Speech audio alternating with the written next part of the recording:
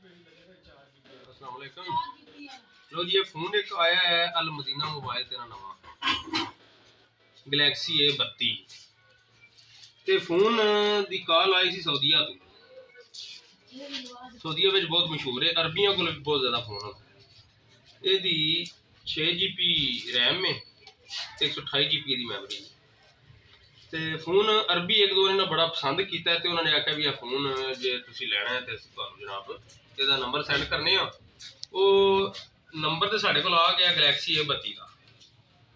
तो अगे भी तुहानू पता है कि असीं जिहड़ा भी फोन लेना होंदा है ना अल मदीना मोबाइल तो लेके, क्योंकि मोबाइल की दुनिया में जे एक ही ना है ना दुल्ला ले अड्डे ते वो मदीना मोबाइल।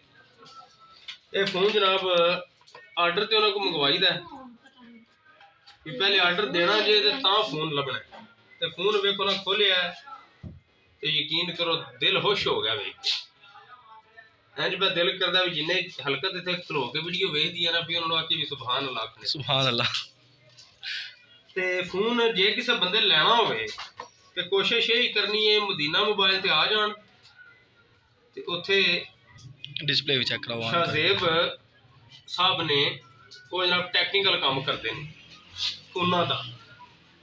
ये हुण बटन का लान नहीं होंदा पिया, मैनूं समझ नहीं आती भी महंगा फोन है ये बारे में घट ही लवें मैनूं ले लिया अगू समझ आ जाए जिस टाइम 2-3 दिन चलाया ते रिजल्ट एदा अगे तस्वीर बनाई एक दो यार दोस्त है सन जी अपने ना ते तस्वीर एदी इंज आई है जिस तरह यकीन करो शीशा होंदा है। ते कोशिश ये करनी है भी वीडियो वेख के ना ते जेडे चैनल ते वीडियो अपलोड हुई है इनू सबसक्राइब भी करना चाहिए ते केड़ी एदी वो बैल दी निशानी नहीं होंदी ओहदे ते भी उंगल लानी है जरूर। हाँ मेहरबानी शुक्रिया। ते नैक्सट आने वाले दिनों में ना मजीद नवे फोन दी वीडियो आनी सऊदीया तो आ रही ने कॉलां ते सऊदीया जेडे अरबी पसंद करते हैं वही फोन पाकिस्तान में हुण विकन दे अल्लाह दे फजल ते ऐसे वीडियो तो तुहानूं नजर आउणगे अल्लाह सोहणे दे वाले।